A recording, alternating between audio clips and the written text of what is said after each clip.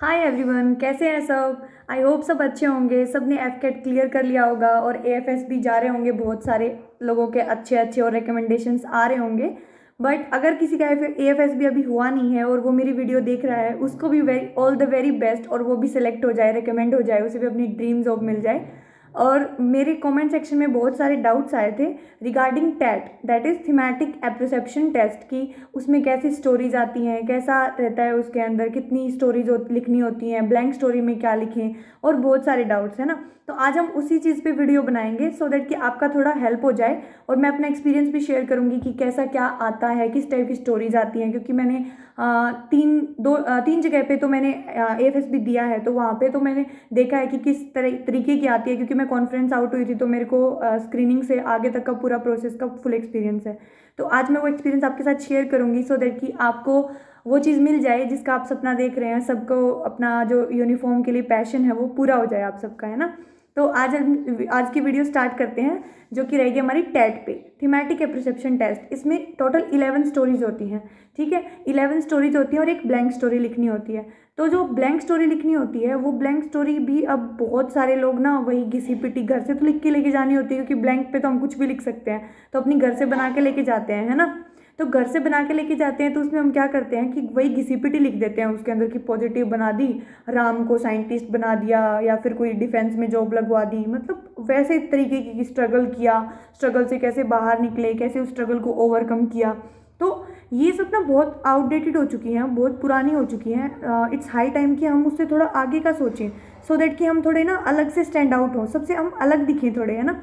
तो उसके लिए हमें क्या करना पड़ेगा, उसके लिए एक ना थोड़ी मॉडर्न टेक्नोलॉजी इनकलकेट कर सकते हैं हम।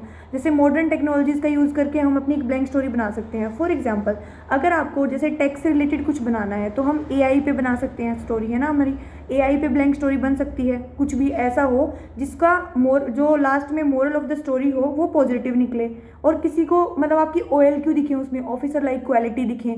बाकी अगर स्टोरी मिनिमल भी होती है तो भी वो वर्क कर जाती है, बस उसका मोटिव अच्छा होना चाहिए, पॉजिटिविटी होनी चाहिए उसके अंदर, ठीक। तो उसके बाद बात करें तो दूसरा है, जैसे कि टेक में मैंने बताया एआई लिख सकते हैं, एआई इन डिफेंस या फिर अदर सेक्टर से लिंक करके कुछ स्टोरी आप बना सकते हो, वो स्टोरी आप अपने हिसाब से बनाना। सेकंड क्या होता है, जैसे कि हम हाइब्रिड वॉरफेयर के बारे में पढ़ते हैं बहुत सारा, तो कुछ ऐसा हो जो हाइब्रिड वॉरफेयर से रिलेट करके हम कुछ अपनी इमेजिनेशन लगा के कोई ब्लैंक स्टोरी बनाए अच्छी सी, तो वो आप बना सकते हैं। थर्ड क्या रहता है, जैसे अगर आप एग्रीकल्चर सेक्टर से रिलेटेड कोई बनाता है, जैसे कोई अगर रूरल एरिया से है, तो अगर वो चाहता है कि मैं अपने वहाँ के बैकग्राउंड को रिप्रेजेंट करूँ, अपनी ब्लैंक स्टोरी में अपने बैकग्राउंड को दिखाऊँ, है ना।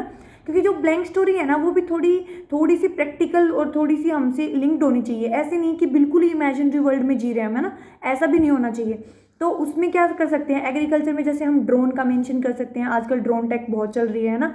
तो कुछ ऐसा करना है, इनोवेटिव आइडियाज़ होने चाहिए उसके अंदर, इनोवेशन दिखना चाहिए कुछ, कि आप अपडेट कर रहे हैं खुद को। जैसे हमारे जो एयरफोर्स के चीफ हैं उन्होंने भी अभी बताया था कि अभी का जो एरा है उसके अंदर हमें टेक्निकली और टेक्नोलॉजिकली बहुत स्ट्रांग होना पड़ेगा, कि वो वॉर वाला एरा अब गया, कि जो वॉर होता था फिजिकल वॉर्स होते थे, उसके बजाय आजकल ना टेक वॉर्स चलते हैं। तो हमें उस तरीके से अपने आप को अपडेट करना पड़ेगा सो दैट कि हम भी एक इंटरनेशनल लेवल पे स्टैंड आउट करें, है ना।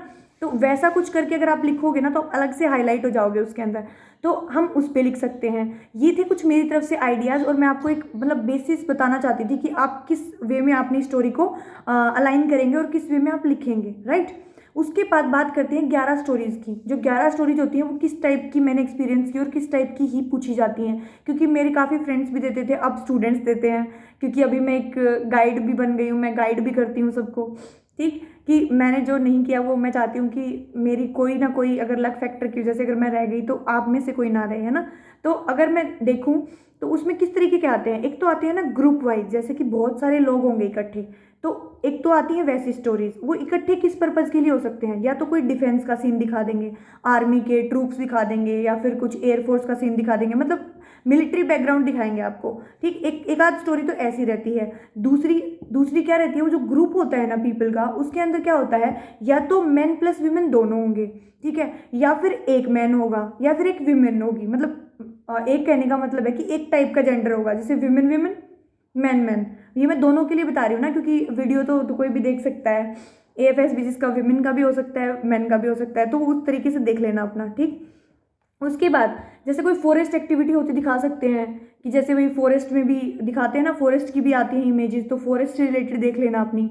दूसरा, मान लो 2 पीपल की रहेंगी, जैसे 2 लोग दिखाएंगे उसके अंदर, वो मैन और मैन भी हो सकता है, वो मैन विमेन भी हो सकती है, या फिर विमेन विमेन और वाइस वर्सा, आप देख लेना वैसा रहता है। अब वो जो 2 लोग दिखाए, उन 2 लोगों का बैकग्राउंड कैसा होता है, कहीं तो क्या दिखा देंगे कि जैसे होम का सीन है, वो अपने घर पे हैं, ठीक, वो अपने घर पे हैं और वैसा कुछ सिनेरियो होगा, सीन होगा, उसके हिसाब से आपको लिखना होता है। दूसरा, कोई ऑफिस का सीन होता है। तो ये मैं आपको ना एक बैकग्राउंड दे रही हूँ कि इस तरीके का अगर आपको बैकग्राउंड दिखे, क्योंकि जब हम स्टोरी लिखते हैं, हम लिखने वाले होते हैं, स्क्रीनिंग में भी आप देखते होगे क्या 1 मिनट आपको ऑब्जर्व करने के लिए दी जाती है, तो उसमें हम ऑब्जर्व क्या करते हैं, बैकग्राउंड देखते हैं कि बैकग्राउंड किस टाइप का है, हम किस सेंस में स्टोरी बनाएं इस पे, तो वो तो बैकग्राउंड से ही पता चलेगा ना। स्कूल है, ऑफिस है, फील्ड है, या कोई ढाबा है या रेस्टोरेंट है, ऐसी कुछ चीज़ है, तो उससे रिलेटेड हम कोई पॉजिटिव स्टोरी बनाएंगे, है ना।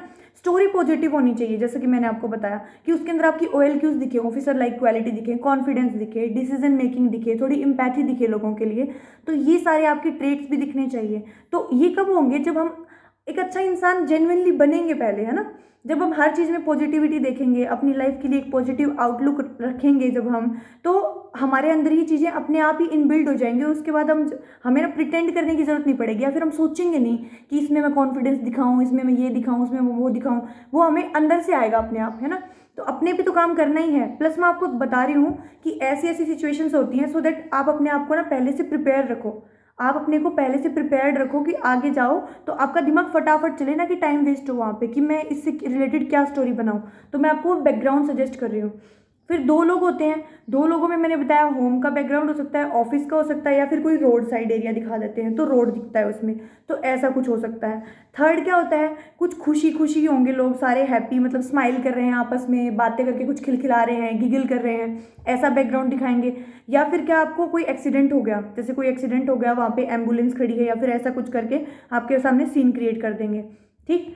इसके अलावा अगर बात करें तो 2 चीज़ें और दिखती हैं, या तो चिल्ड्रन होंगे, चिल्ड्रन बच्चों से रिलेटेड देख लेना, और एजिड वाले भी दिखाते हैं। कई बार ऐसा होगा कि कोई एजिड है, मेल या फीमेल, उसको बेड पे लिटा रखा है, वो बेड पे लेटे हुए हैं, उसके साइड में बेड साइड कोई और बैठा है, तो मतलब आपस में जैसे अब देख लो, आप उसके लिए क्या इमेजिनेशन लगाओगे, आप कैसी स्टोरी उसके लिए बना सकते हो जो कि आपको आउटशाइन कराए सब में, कि आपने कुछ एक्स्ट्रा ऑर्डिनरी लिखा है, या फिर आपका मतलब आपको इमेजिनेशन दिखाना है अपना कि आपका माइंड कितना कलरफुल है, आपका माइंड कितना अच्छा सोचता है और अच्छे से काम करता है, यही चेक करते हैं ना।